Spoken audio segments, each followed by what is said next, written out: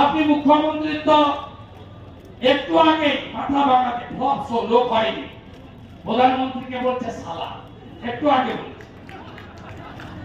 এই মুখ্যমন্ত্রী এবং তার দলকে একদম ব্লিচিং পাউডার দিয়ে যেমন বাথরুম পরিষ্কার করেন না, খাওয়া খাওয়া জমলে একদম পরিষ্কার করতে হবে, পরিষ্কার করতে হবে।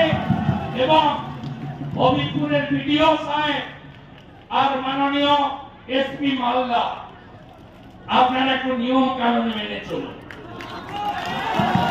নিয়ম কানুন মেনে চলুন। ডিএমটা একটু স্লো যাচ্ছে না, এডিএম কে দিয়ে অপকর্ম করছে। কেউ বাঁচাতে পারবে না, মানে ভোটে কেউ তৃণমূলকে জিতাতে পারবে না।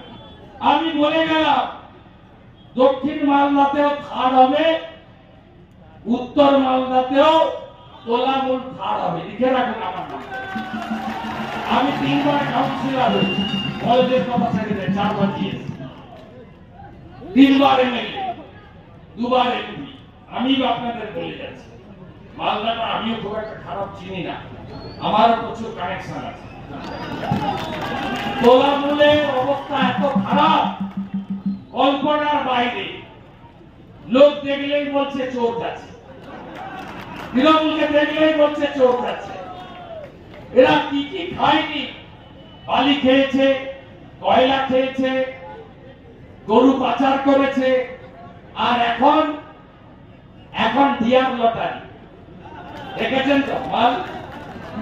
আপনার এজেন্টের বিরুদ্ধে আমার মানে যারা ছাতা ফুটিয়ে বসছে তারা গরিব বেকার, তারা রোজগার চাকরি নেই, পশ্চিমবঙ্গে কি করবে? তাদের বিরুদ্ধে আমার অভিযোগ নেই, তাদেরকে জিজ্ঞেস করবেন তো। সোল্ড টিকিট মানে বেচা টিকিটে লটারি লাগছে না আনসোল্ডে লাগছে? আনসোল্ড তো, আনসোল্ডে তো। ওই জন্য দেখছেন না 600 কোটি টাকা চাঁদা দিয়েছে, 600 কোটি টাকা।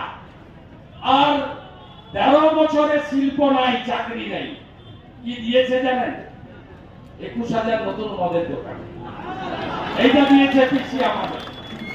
তাই জোট বাঁধন তৈরি হন, আগামী দিনের লড়াই নরেন্দ্র মোদীকে প্রধানমন্ত্রী করতে হবে, দেশকে সুরক্ষিত রাখতে হবে। আর মোদীজি প্রধানমন্ত্রী হলে পরের ডবল ইঞ্জিনটা আমরা করব। আমি ওকে হারিয়েছি, আমি ওকে প্রাক্তন মুখ্যমন্ত্রী করব, একা পারবো না, সবাই মিলে করব, সবাই মিলে করব। জয় শ্রী রাম।